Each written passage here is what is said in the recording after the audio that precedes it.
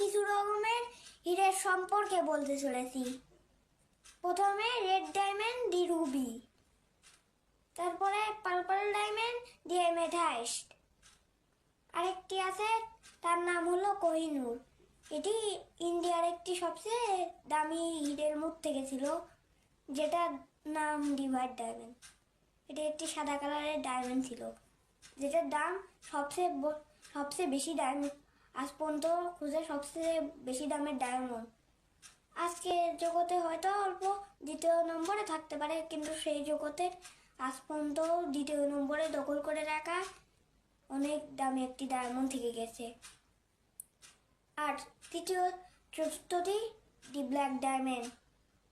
তার নাম অবশ্যই আপনারা অন্য কোনো চ্যানেলে বা যেখানে হোক শুনে থাকবেন।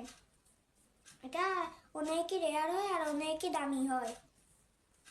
এবার আমরা একটি প্ল্যানেটের সম্পর্কে বলবো, যেটা এই সব ডায়মন্ডের থেকেও বেশি দামি।